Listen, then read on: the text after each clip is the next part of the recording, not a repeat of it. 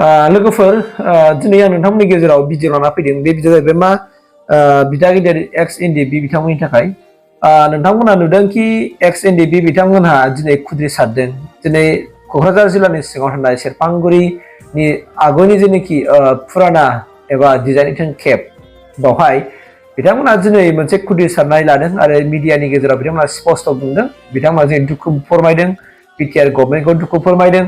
मानोना दिनै बिथांमोननि थाखाय सुक्तिनि गेजेरजोंहाय बे मोनसे दंमोन कि गासैबो एक्स एनडिएफबिफोरनि थाखाय रिहाबिलिटेसननि थाखाय 4 लाख रां होनाय आरो बे 4 लाख रांखौ लानानै बिथांमोनहा मा दंमोननो थांना थानायनि माबा बिजनेस मावनानै जानो हानाय एबा माबा मोनसे खालामनो हानायनि बेखौ बिसोरनो होनो थांखि लादोंमोन। नाथाय रोजा दिनैसिमबो एक्स एनडिएफबि बिथांमोनहा मोनाखै होननानै बुंदों।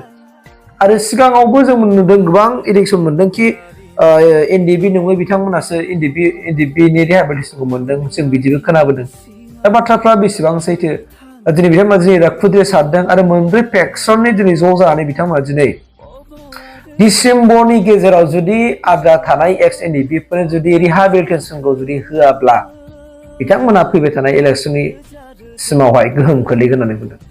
बिथांमोना धरना होगोन, बिटिसि सेक्रेटारियाव धरना होगोन, डिसि अफिसाव धरना होगोन आरो बायदि अफिसाव धरना होगोन होननानै दिनै बिथांमोना बुंदों। आङो दिनै नोंथांमोननो भिडिअखौ ससे देखायनो थांगासिनो दङ। नोंथांमोना भिडिअखौ खोनासंदो। आं बुंनाय नङा बेयो, नोंथांमोना खुद गावनो नोंसोरनि खुगाजों खोनासंनानै लाबानो जाबाय। आङो नोंथांमोननो दिनै आङो भिडिअखौ देखायगोन। नायदो।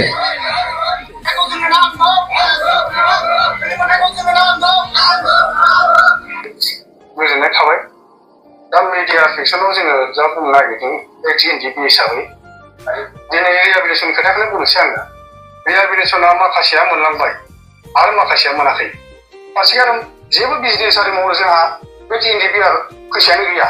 बेखौ जोङो बांद्रायखौ लामा नायबाय थाला, जोङो सावरायजोब्बाय 4 गटजों 4 फेक्सनजों जोङो बेखौ होआबा डिसेम्बरनि गेजेरावनो होआबाथाय जोङो नायबाय थाला। मोनसे डेम'क्रेटिक आन्दलनखौ जों खालामथारगोनानो जों सेक्रेटारि अफिसखौबो जथेगोन आरो डिसिनावबो जोङो थांनानै आन्दलन खालामहैगोन। अब्लासो जोंखौ बुजिगोन सारमोनहा। जों आरो खौसेयैनो जोङो एबार रायज्लायखाजोब्बाय, डेम'क्रेटिक आन्दलनखौ जों खालामथारगोन आरो खालामथारगोन। बेखौ बे रिहाबिलिटेसननि खोथाखौ जों बुंबाय थाया। जोंहाबो मोनसे थांखि दं, टारगेट दं। बेनि थाखाय जोङो बे रिहाबिलिटेसनखौ नैबे डिसेम्बरनि गेजेरावनो होआबाथाय जोंबो लामा नायला। बे एनडिएफबिनो जोङो सोमावसारगोन। एक्स एनडिएफबिआबो मामुलि नङा, गोदोनि एक्स एनडिएफबिसो, दानि एक्स एनडिएफबि नङा। जोंहाबो पावार दं, मोन्थाय दं।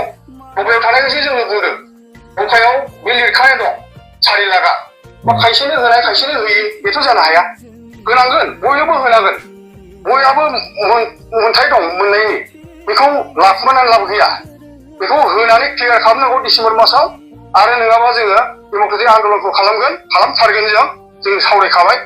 जिहेतु मोनाबा बिसायख'थियाव जोङो जि रायज्लायनांगौ, जि थांखि लानांगौ जों थांखिखौ लाखाबाय। बेयाव जोङो फिथाइखौ होगोन बिसोरनो। बेनि फिथाइखौ जोङो बे माबायावनो इलेक्सन एमपि इलेक्सनावनो जोङो बेनि फिननायखौ होगोन। बेयाव दिनै बबे फेक्सननि ज' जादों? बेयावथ' 4 गटनि दं, दिनै 4 फेक्सननियानो दं। जों रायज्लायनानै जों जमा जादों दिनै। लोगोफोर, नोंथांमोना मिथिबाय दिनै एनडिएफबि 4 फेक्सना रिहाबिलिटेसनखौ मोननांगौनि खाथियाव दिनै बिथांमोना खुद्रि खारदों, दुखु मोनदों। दुखुखौ मोनखागोन नङा होमबा? मानो मोना जानो? दिनै गोबां जेनाखि मस्ट सिनियर एनडिएफबि बिथांमोनानो दिनै रिहाबिलिटेसनखौ मोनाखिसै। जायफोर दिनै मा होननानै बुङो एनडिएफबि नङै मानसिफोरखौ मोनदों होननानै बै समाव इलेक्सन ओंखारदोंमोन ना, नोंथांमोना बयबो मिथिगौ।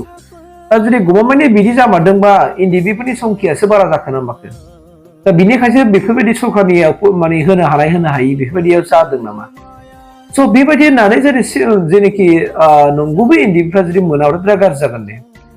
स' आंनिफ्रायबो बेखौनो खावलायगोन आङो कि दानि बिटिआरनि चिफ प्रमद बर' सार आरो जोंहा सासे मावथि जोहोलाव दावहारु आरो भारत बिफाननि EM रन्जित बसुमतारी सारखौबो आं बुंगोन, सारमोनहा अननानै जेनेबा बिथांमोननि थाखाय थांना थानो हानायनि थाखाय एबा बिथांमोना बै रांखौ लानानै माबा मोनसे बिजनेसफोर मावनानै जानो हानायनि राहा लामा सुबिदा खालामनो थाखाय बै रिहाबिलिटेसनखौ थाबैनो होयो।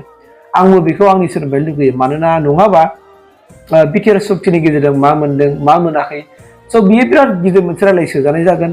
आरो बिराद गाज्रि मोनजानाय फैगोन आं बेखौनो खावलायदेरबाय नङाबा ओरैबायदि मोनसे गेदेर मोनसे बे बिफाव माने महर लानो हागौ आरो फैबाय थानाय एमपि इलेक्सनाव एबा जेनेखि मा होनना बुंदों बिटिआरनि इलेक्सनाव बे मोनसे बिराद गिदिर बिफाव लागोन नङाबा गोहोम खोलैनो हागौ ओंखायनो आंनिफ्राय जेन' जेबो मोनसे गोहोम खोलैया जेनेबा सरकाराव जेबो लस जाया आरो नेक्स्टआव जोङो सरकार दाफिननो हानाय जेनेबा राहा लामा जायो स' बेफोरखौ नायनानै जेनेबा थाबैनो बिथांमोननोबो जेनेखि मोननांगौ जेनेखि रिहाबिलिटेसनखौहाय मावफुंनानै होयो आरो बेखौनो आङो आंनि गोरबोनिफ्राय आंबो सासे बर' सुबुं हिसाबै बिथांमोननि जेनेखि गोरबो गाबखांनायाव आंबो गोसो गोरबोनिफ्राय गाबनो ओंखारदों जेराव बिथांमोना थाबैनो रिहाबिलिटेसनखौहाय सार माने खालामनानै होयो बेखौ आं आंनि सोदोबनिफ्राय सारमोनखौ खावलायनाय थाबाय थेंक इउ